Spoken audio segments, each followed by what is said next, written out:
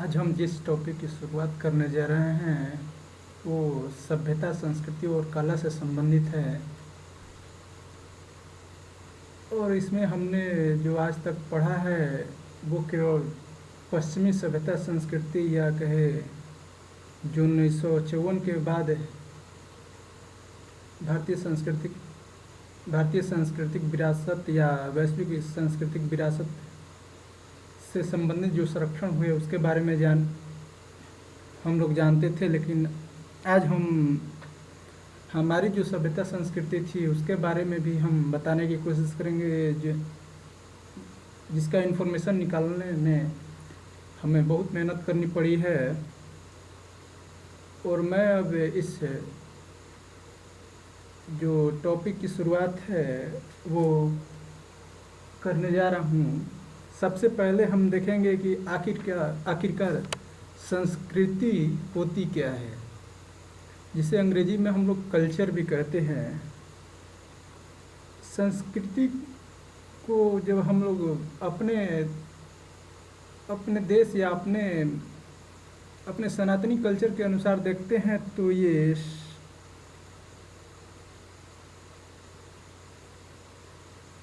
संस्कृति को हम लोगों ने क्री से डिराइव किया है। क्री का मतलब होता है करो या टू डू होता है, जो कि संस्कृत भाषा से आया है। और क्री को भी तीन भागों में बांटा गया है, जिसे प्रकृति, संस्कृति और विकृति के टर्म में बांटा गया है। ये और अगर हम इसका मतलब जानने की कोशिश करते हैं तो प्रकृति मतलब जो ये नेचर है,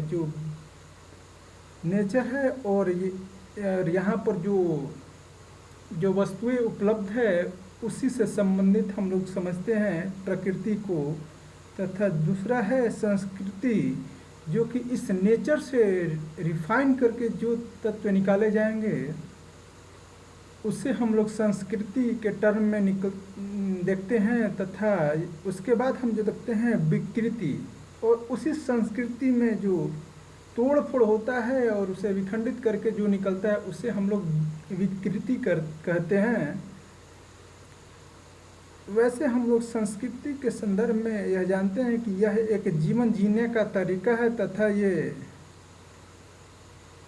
यह हमें खाने की आवश्यकता की पूर्ति करता है, तथा कपड़े पहनने की आवश्यकता की पूर्ति करता है, तथा भाषा सीखने की प्रवृत्ति का इजाद करता है, तथा यह है ईश्वर को पूजने की भी या ईश्वर पूजने की प्रवृत्ति का निर्माण करता है। इसी के संदर्भ में हम लोग संस्कृति को जानते हैं।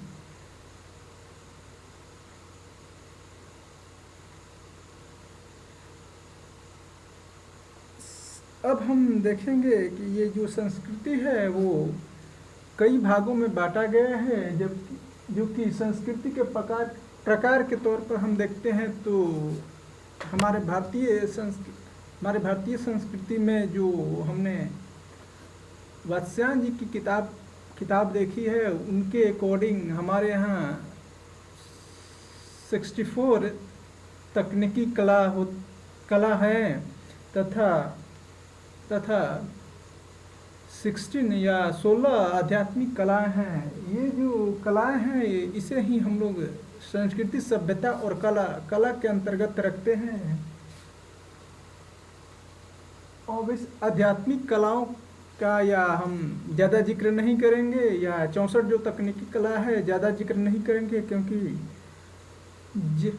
इसके बारे में हमने प्रीवियस टॉपिक में अपना जिक्र कर दिया कि जो ये 64 तकनीकी कलाएं हैं ये हमारी जाति से संबंधित है। प्रत्येक जाति को एक एक ये तकनीकी कलाएं दी गई हैं, जिसके कुछ एक बारे में मैंने जिक्र किया है। तथा हमारे 1835 या 1800 पहले के जो इतिहास की किताबों में जानकारी मिलती है उसमें यह स्पष्ट होता है कि हम लोग बहुत ही निपुण और कला कौशल में निपुण थे और अपने अपने जीविका उपार्जन के लिए या अपने भोजन के लिए हम लोग कभी दूसरे पर निर्भर नहीं रहे हैं, बल्कि स्वयं ही हम लोग हर जाति में एक एक कला कौशल का विकास होते रहा है। ये हमारे पूर्वज हर जनरेशन से एक जनरेशन से दूसरे जनरेशन तक चलते चला आया है। और हम जो 16 आध्यात्मिक कला हैं उसके बारे में बात करते हैं तो हम देखते हैं कि स्वामी विवेकानंद जी के पास भी ये कलाएँ थी, देवराहा बाबा के पास भी ये कलाएँ थी, उसके बाद श्री कृष्ण भगवान के पास भी 16 आध्यात्मिक कलाएँ थी और श्री राम के पास भी 12 आध्यात्मिक कलाएँ थी। इसके बारे में हम डिटेल में नहीं जाएंगे, बस इतना ही कह के फिर हम आगे बढ़ जाते हैं। जो आज के दौर में जिन कलाओं का जिक्र किया गया है, नए प्रकार के कलाओं के अनुसार या संस्कृति के अनुसार इसे कला, संगीत, साहित्य, वास्तुकला, मूर्तिकला, दर्शन, धर्म एवं साइंस में बांटा गया है, जो कि लगभग 8 से 9 कला संस्कृति हो जाती है, संस्कृति के प्रकार हो जाते हैं, इन्हीं में बांटा गया है। और संस्कृति के 2 और भी महत्वपूर्ण तत्व हैं जिसके अनुसार मटेरियल संस्कृति तथा नॉन मटेरियल संस्कृति को भी बांटा गया है। मटेरियल संस्कृति के अनुसार कपड़ा, खाद्य, घर और वस्तुएं को रखा जाता है, जबकि नॉन मटेरियल संस्कृति के अंतर्गत विचार, विश्वास तथा अन्य को रखा जाता है। अब उसके आगे हम जब देखते हैं कि सभ्यता और संस्कृति आखिर होते क्या हैं, ये कैसे बनते हैं, तो हम देखते हैं कि जो सभ्यता बनती है, जब हम संस्कृति में जीते जीते उससे भी हीरे की तरह तराश कर जब एक और नई पद्धति का इजाद करते हैं और बहुत ही सुखी समृद्ध जीवन शैली जीना शुरू कर देते हैं। जैसे कि हम लोग पहले आदि मानव थे और जंगलों में रहा करते थे, लेकिन धीरे धीरे अपने विचारों में सुधार करते करते या अपने रहन सहन में सुधार करते करते एक नगरीय जीवन की व्यवस्था किए। तो जैसे कि हम लोग, हमारे देश में कहा जाता है कि हड़प्पा सिविलाइजेशन की बात होती है, मोहनजोदाड़ो सिविलाइजेशन की बात होती है, ये सारे सभ्यता के तौर पर इस विश्व में या भारतीय सभ्यता के तौर पर विश्व में देखने को मिलता है, जहाँ पर कि लोग एक दूसरे के साथ जुड़ जाते हैं और मिलजुल कर काम करते हैं तथा एक डिसिप्लिन वे में काम करते हैं।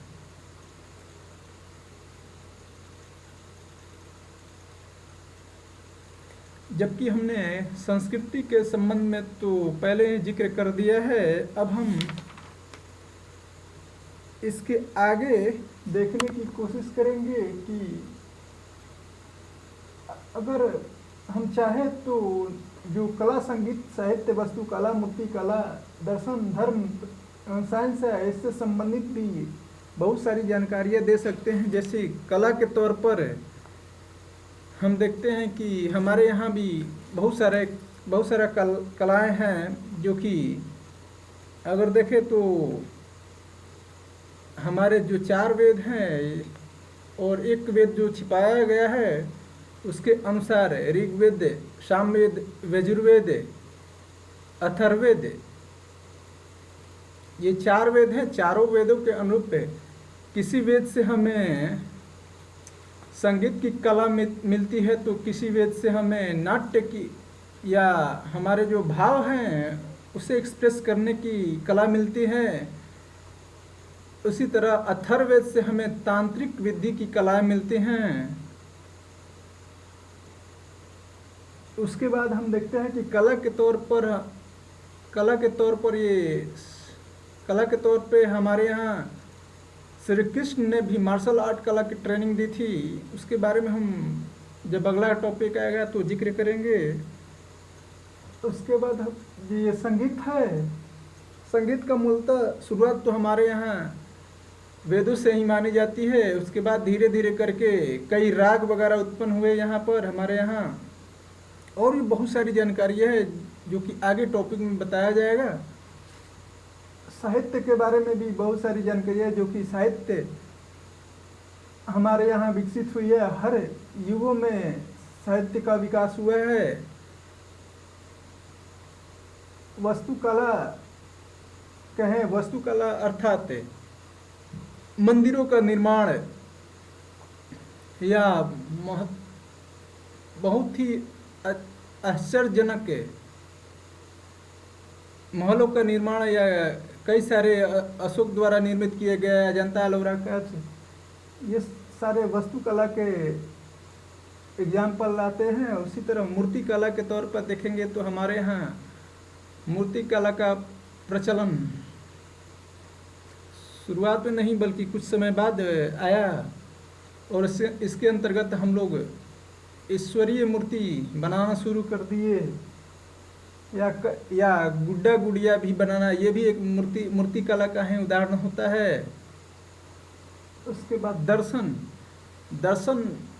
के तौर पर हम देखते हैं तो सांख्य दर्शन बहुत ही प्राचीन हमारे इतिहास में पाया जाता है। भारतीय संस्कृति या कहे प्राचीन इतिहास के संदर्भ में सांख्य दर्शन को हम लोग देखते हैं, या पतंजलि द्वारा दिया गया। उसके बाद धर्म जो है, धर्म के अंतर्गत देखेंगे तो सनातनी धर्म ही हमारा विश्व का या कहे प्राचीन धर्म है। इसके अंतर्गत हम लोग देखते हैं कि धर्म की परिभाषा के अंतर्गत हम देखते हैं कि धर्म मतलब धारण करने वाला, जो जीवन जीने की पद्धति सिखाता हो तथा हर किसी में विश्वास रखने की क्षमता उत्पन्न करता हो, नकारात्मकता से दूर सकारात्मकता की ओर ले जाने की कोशिश करता हो, उसे धर्म कहा जाता है। और साइंस के तौर पर भी हम देखेंगे कि ये जो हमने 64 तकनीकी कलाओं का जिक्र किया है, वहीं वह भी साइंस की जो भी टेक्निक्स है वो 64 तकनीकी कलाओं के अंतर्गत ही आ जाते हैं। इसके बाद हम देखते हैं कि सांस्कृतिक विरासत संरक्षण शंकराचार्य द्वारा, इसके अंतर्गत हम देखते हैं कि शंकराचार्य के जन्म का अगर बात करें तो शंकराचार्य का जन्म हमने कई किताबों में सर्च किया है, लेकिन मुझे अभी तक जो इन्फॉर्मेशन मिली है वो भी सटीक नहीं है। फिर भी शंकराचार्य का जन्म 788 ईसा पूर्व इस समय माना जाता है। इनके पिता का नाम शिव गुरु बताया गया है। इनके पिता के नाम पर शिव गुरु चर्चा की शुरुआत हुई थी, लेकिन ये शंकर भगवान की पूजा अर्चना हेतु शुरू की गई थी, और इसमें भगवान शिव को गुरु मान पूजा कीर्तन की शुरुआत की गई थी। ये शंकराचार्य के दौर में ही शुरू किया गया था, और शंकराचार्य की माता का नाम सुभद्रा जी था। शंकराचार्य 7 वर्ष की आयु में ही वेद वेदांत का स्मरण पूरा कर लिए थे तथा स्मृति पुराण उपनिषद छंद पारंगत आगे चलकर हुए। 8 वर्ष में ही इन्होंने सन्यासी बनने का निश्चय किया और ये गृह त्याग दिए। नर्मदा तट पर ज्ञान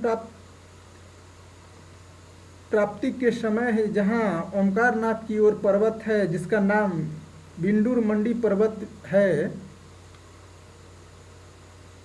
यहाँ पर इन्होंने ज्ञान प्राप्त करने के बाद पूरा भारत का भ्रमण किया, जो कि उस समय बहुत दूर तक भारत फैला हुआ था।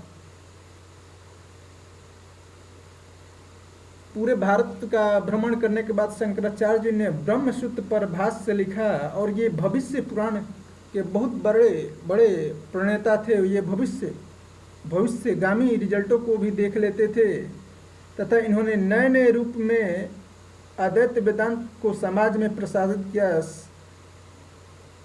शंकर भगवान की आराधना से शंकराचार्य जिनका नाम पड़ गया। शंकराचार्य भविष्य पुराण में पारंगत थे। वे भाप गए थे कि हमारी संस्कृति सभ्यता कला पर हमला होगा। इस कारण उन्होंने धर्म की रक्षा हेतु 14 अखाड़ा का निर्माण किया, जिसके तहत सभी सनातनी जाति को सम्मिलित कर मठ मंदिर की रक्षा हेतु 14 अखाड़ों का निर्माण किया गया। शंकराचार्य के संदर्भ में एक जिक्र आता है जम्मू कश्मीर में, जो कि शंकराचार्य पर्वत है। गोपादित्य ने 371 ईसा पूर्व एक मंदिर बनवाया था, जिसका नाम शंकराचार्य मंदिर रखा, जिसका आज नाम मुस्लिमों ने बदलकर तख्त सुलेमानी कर दिया है। अब हम उन 14 अखाड़ों के बारे में जानने की कोशिश करेंगे। या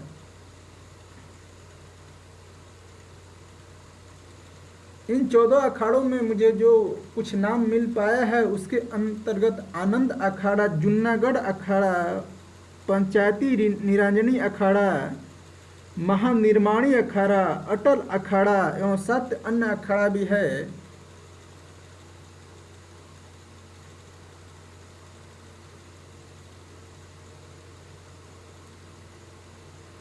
इस अखाड़ा के अंतर्गत ही सभी जाति के लोग प्रशिक्षण लेते थे, और जो भी सबसे सर्वश्रेष्ठ होता था उनको मंदिर मठ के लिए चिन्हित कर उनको उस जगह भेज दिया जाता था। जैसे कि हम देखते हैं कि बद्रीनाथ, केदारनाथ, हरिद्वार, या देखिएगा तो हमारे यहाँ बहुत सारी मंदिर है, जैसे वैष्णो माता मंदिर। इन बहुत सारे मंदिरों की रक्षा हेतु इन सभी अखाड़ा के लोगों को धर्म रक्षक या मंदिर रक्षक के तौर पर रख दिया जाता था।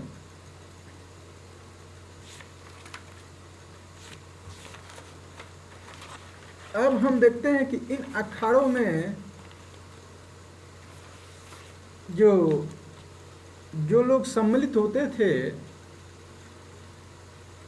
ये क्या वास्तव में किस लिए ये सम्मिलित किए गए, क्योंकि ये एक तरह के भारतीय सांस्कृतिक विरासत को संजोए रखने और इसे भविष्य तक ले जाने के लिए ही इस अखाड़े का निर्माण हुआ था।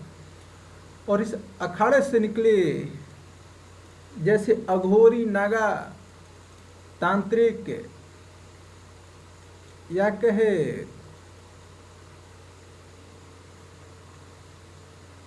तांत्रिक, या कहें अन्य जितने लोग भी निकले, ये सारे धर्म रक्षक के तौर पर जाने जाते थे, जो कि शंकराचार्य ने इनको धर्म की रक्षा के लिए इस अखाड़ा का निर्माण किया था। और इसी अखाड़े के अंतर्गत हमारे यहाँ कुंभ, महाकुंभ, अर्धकुंभ का मेला लगता है।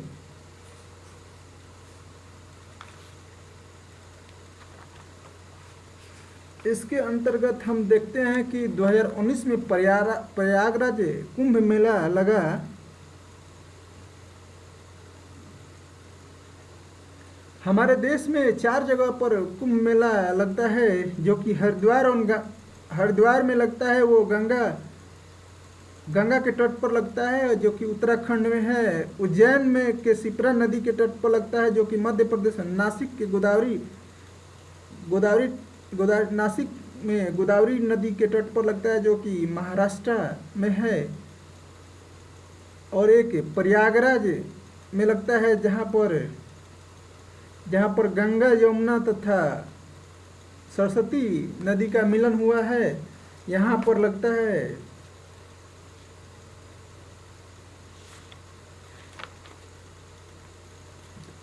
और इसी मेले में ये 14 अखाड़ों के जो सन्यासी या संत समाज होते हैं, ये सभी आते हैं और एक समागम करते हैं और आपस में विचारों का आदान प्रदान करते हैं, अपनी नीतियों का आदान प्रदान करते थे।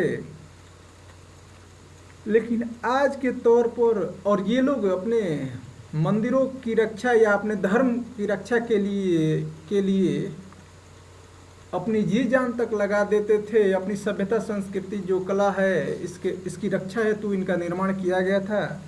लेकिन आज के दौर में हम देखते हैं कि संस्कृति विरासत का संरक्षण 1954 के बाद अगर हम देखते हैं तो इसमें पाते हैं कि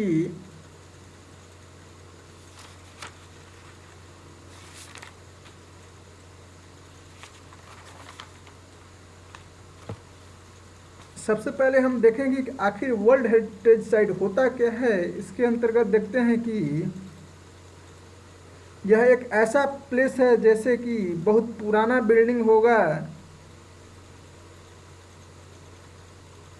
जो सब ज़्यादा पुराना बिल्डिंग हो गया, या मरुस्थल होगा, या जंगल होगा, या महाद्वीप होगा, या नदी होगा, या मॉन्यूमेंट होगा, या पहाड़ होगा।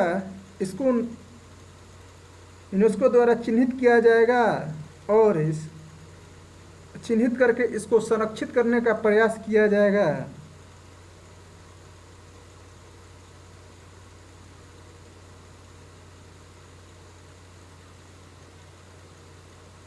इसके अंतर्गत हम देखते हैं कि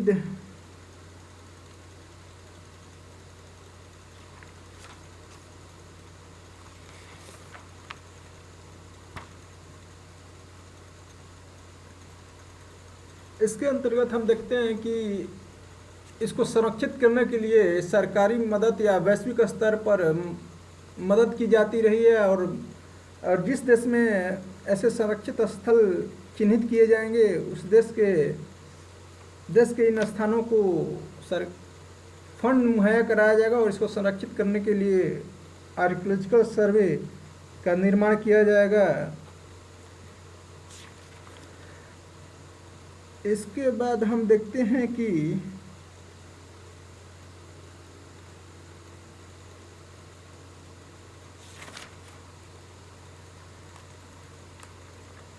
इसको 1954 में पारित किया गया था तथा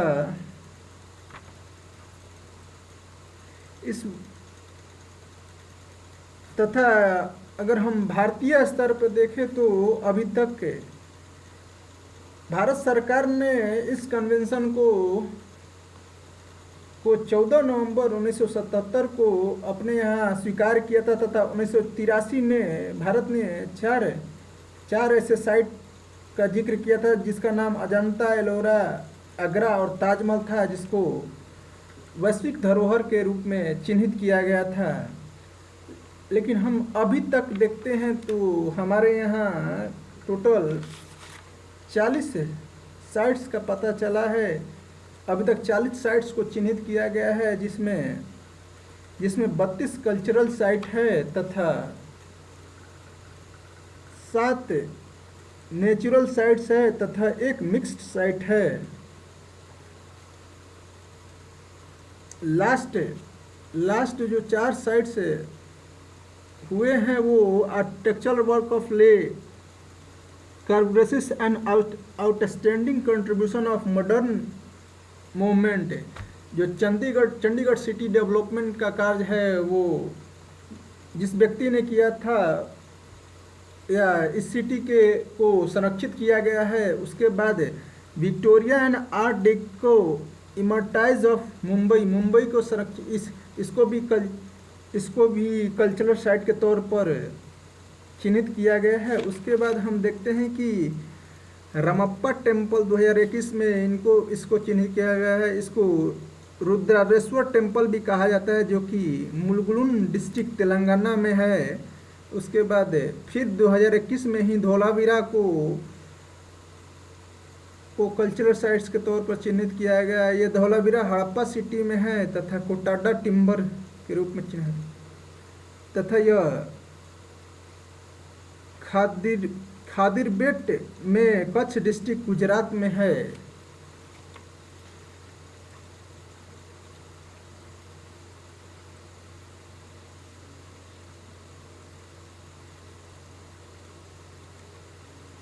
तथा विश्व विरासत नामांकन हेतु उत्कृष्ट सार्वभौमिक मूल्य निर्धारण के लिए 10 सूचीबद्ध मापदंड प्रस्तावित। नामांकनी को इन 10 मापदंडों में से कम एक को अवश्य पूरा करना होता है, जिसके अंतर्गत यूनेस्को द्वारा विरासती दर्जा प्रदान किया जाता है।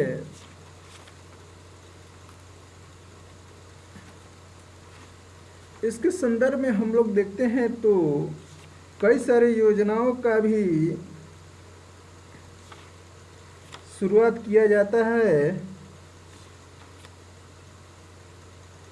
इसके अंतर्गत देखते हैं हम UNESCO Asia Pacific awards of merit.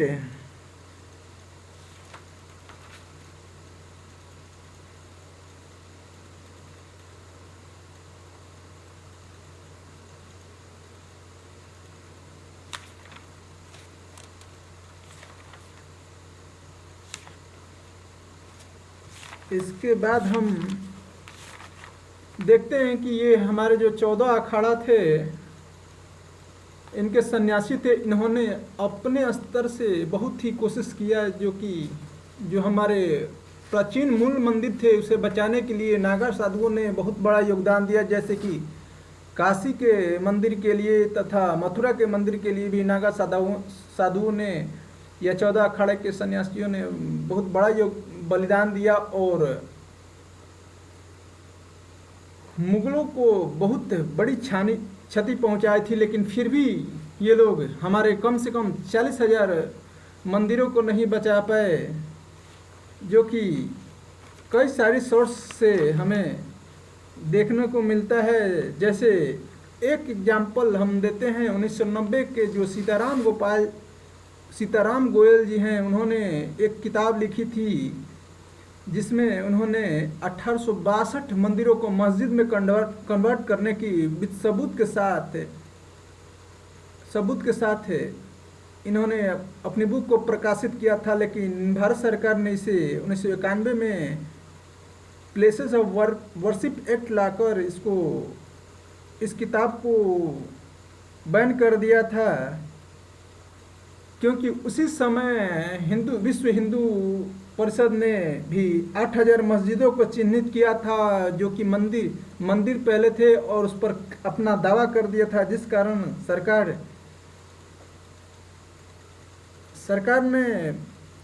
सरकार ने दंगा होने की स्थिति समझ या मुस्लिमों के पक्ष में होते हुए मुस्लिमों का बचाव करने के लिए या मुस्लिम को अपने वोट के लिए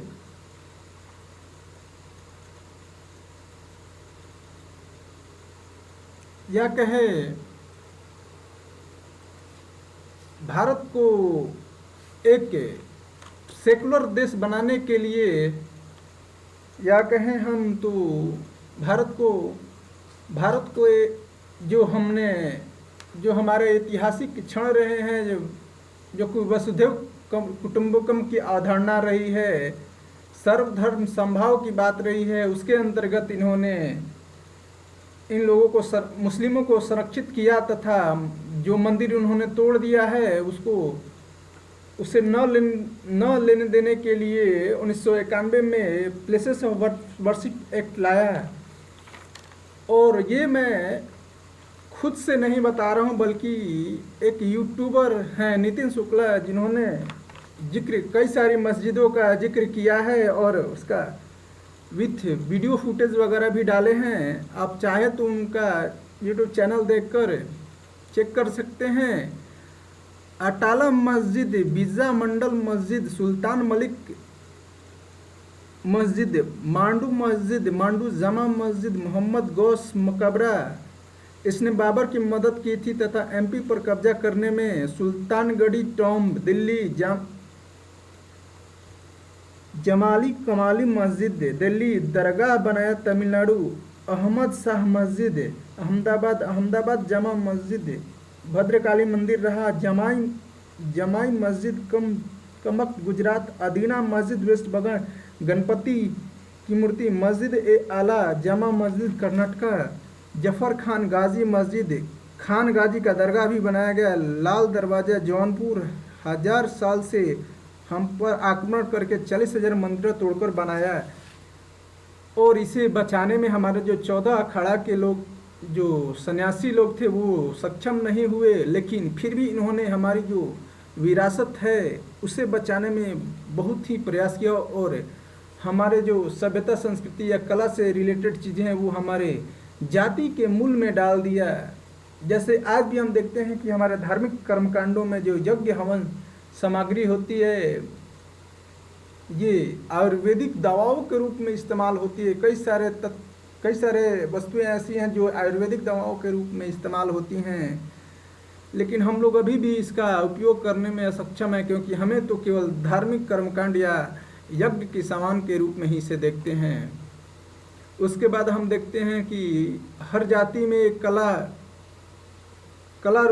कला होती है। जैसे कि वत्सायन जी ने 64 तकनीकी कलाओं का जिक्र किया, तो ये शंकराचार्य के बाद में ही ये वत्सायन जी ने बुक लिखी थी, जो कि इन कलाओं का जिक्र किया था, जो कि मूल रूप से हमारे जाति में अंतर्निहित हो गई थी। धन्यवाद।